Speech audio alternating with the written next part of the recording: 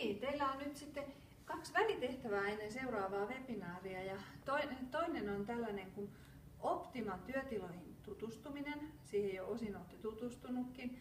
Ja sitten kun katsotte sinne Optimaan, niin sieltä löytyy tämmöinen kohta kuin tehtävät.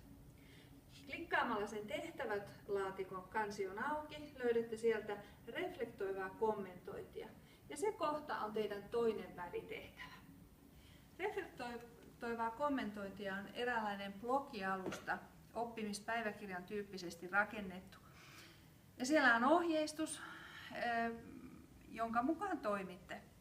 Voitte kirjoittaa uusia merkintöjä, aloittaa ihan uuden pohdinnan, keskustelun, ajatuksen virran tai sitten vastata kommentoimalla jonkun toisen kirjoitukseen. Sinne voi liittää myös medialiitteitä tai kuvia, ääntä, kirjoitella tajunnan virtaa, ajatuksen aihioita, keskeneräisiä oivalluksia, mielellään sellaista ei niin loppuun asti vietyä pohdintaa. Ja sitten olisi hienoa, kun voisitte reflektoida toisten reflektointeja ja kommentoida niitä. Se on teidän toinen tehtävä. Ja sitten toinen tehtävä liittyykin sellaiseen sosiaalisen median välineeseen, josta ohjeistus seuraavassa. No niin, sitten tämä toinen tehtävä tähän sosiaalisen median käyttöön. Kokeillaan tämmöistä real-time board, yhteisöllistä työtilaa.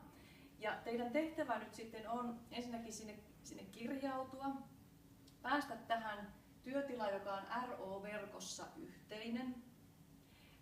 Me harjoitellaan tätä käyttöä tässä koulutuksen aikana ja vähän voitte arvioida sitten, että sopiiko se teidän omiin tarkoituksiin vai ei.